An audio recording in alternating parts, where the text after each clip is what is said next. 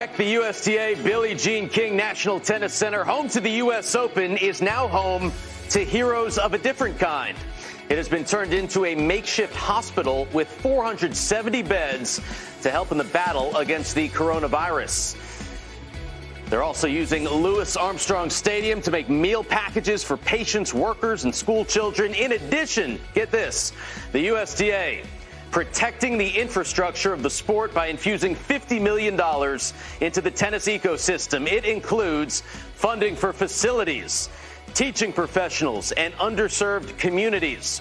The money will also go to an emotional support hotline and much, much more. For more information, go to tennisindustryunited.com. With that, we welcome in the CEO of the USTA, Michael Dowse. Mike, it is great to have you here on Tennis Channel Live. Awesome news with $50 million being put into the tennis ecosystem here in the U.S. How can people apply and receive these benefits now? Yeah, Steve. Well, first, thanks for having me on. I love what TC Live's doing to keep tennis front and center right now.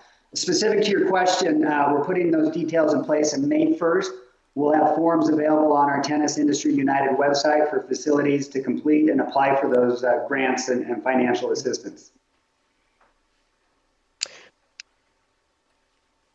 Mike, John Wertheim here. I commend you, first of all. This is very much in keeping with the goal of growing and promoting tennis. I want to know, what are you seeing out there? What are you hearing out there that led to this announcement today? What's the climate out there? Yeah, good question, John. So as you know, we run a 100-court facility down in Orlando, and mid-March, it was March 13th, we made the decision that it just was not safe and healthy to keep that open. And so that triggered that we had to get some medical experts to advise us on this situation. And we put together a medical advisory group. And then quickly after that, we know we couldn't do this by ourselves. So we reached out to our peers at the USPTA, the PTR, TIA, Tennis Industry, and the ITA. And we got that team together, and we quickly, through our networks, pushed out a survey. And within 24 hours, we had 3,200 responses. And the unfortunate news, on March 23rd, 85% of tennis facilities in the United States were closed. Oh. So we knew that was a major problem, and we had to react fast to get assistance out to these organizations. So within the first 24 hours, we aggregated all the information out there around federal aid, state aid, local aid, and pushed that back out to these stakeholders. And now what we announced today is phase 2, where we're providing hard financial assistance north of $50 million out to these key stakeholders.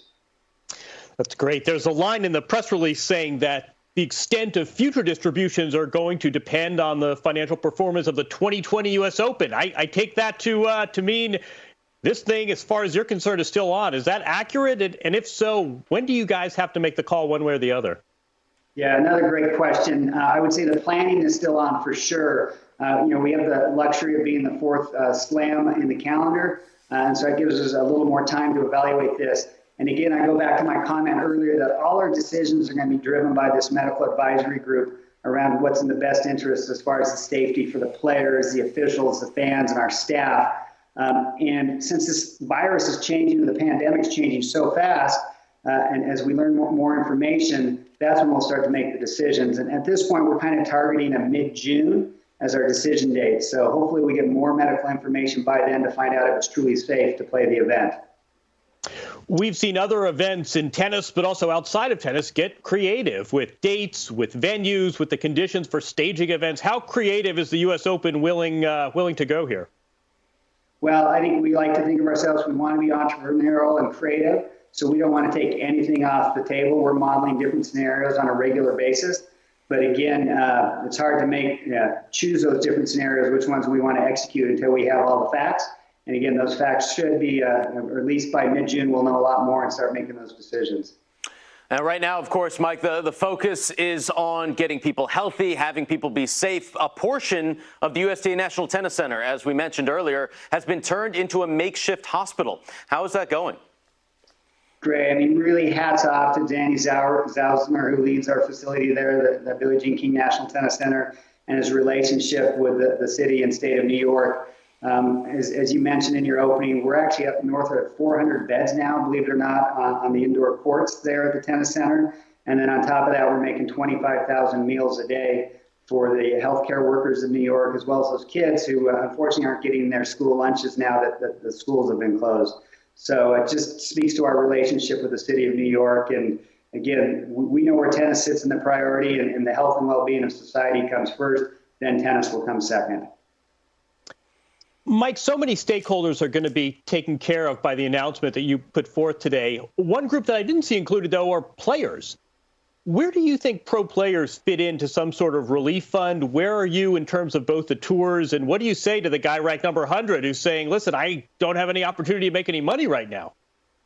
Yeah, the pro players play a huge part of the tennis ecosystem. They drive a lot of the fan awareness and obviously gate revenues at our tournaments.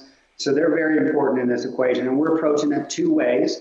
We're committing to continue with what we call our competitive pathway, which is the support of challenger tournaments as well as all the ITF-related events, and that's north of $7.5 million per year. We invest in that. We're going to continue to do that. And then secondly, we're working very closely with our colleagues at ATP, WTA, Grand Slam Board, and the ITF. And I think I saw you have Andrea Cadenzi coming on later.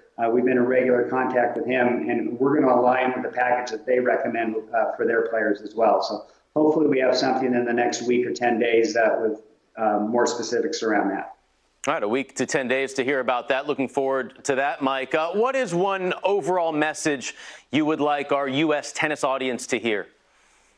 Well, maybe two. First is to be safe more than anything. We can afford to pause our tennis for a while, but when we come back online, to me, tennis is one of the best social distancing sports out there. It's low cost to get into with all the public parks and high schools that have tennis courts.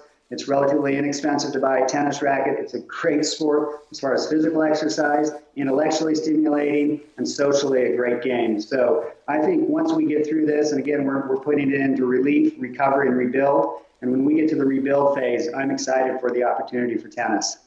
Well, so far, good job with the relief and recovery, Mike. Great to have you here on Tennis Channel Live, and hopefully we will see you at the U.S. Open at some point this year. Let's hope. Thank you, guys. Appreciate it.